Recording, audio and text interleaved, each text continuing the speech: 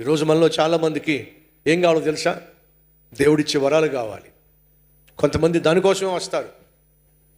Calvary టెంపుల్కి వెళ్ళి ప్రార్థన చేస్తే గర్భఫలం వస్తట, కల్వరి టెంపుల్కి వెళ్ళి ప్రార్థన చేస్తే ఉద్యోగం వస్తట, కల్వరి టెంపుల్కి వెళ్ళి ప్రార్థన చేస్తే ఆరోగ్యం వస్తుందట. ఎస్, బైబిల్ సెలవిస్తుంది, దేవుని మందిరము సమస్త జనులకు ప్రార్థన మందిరము అని పిలువబడుతుంది.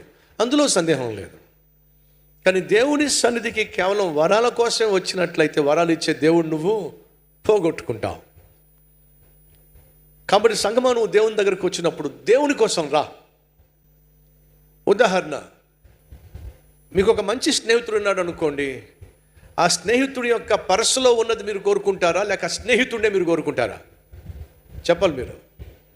ఆ స్నేహితుని యొక్క మనస్సు మీరు గెలిచారనుకోండి, ఆ స్నేహితుడు కలిగి ఉన్న సమస్తం నీకు పంచిపెడతాడు.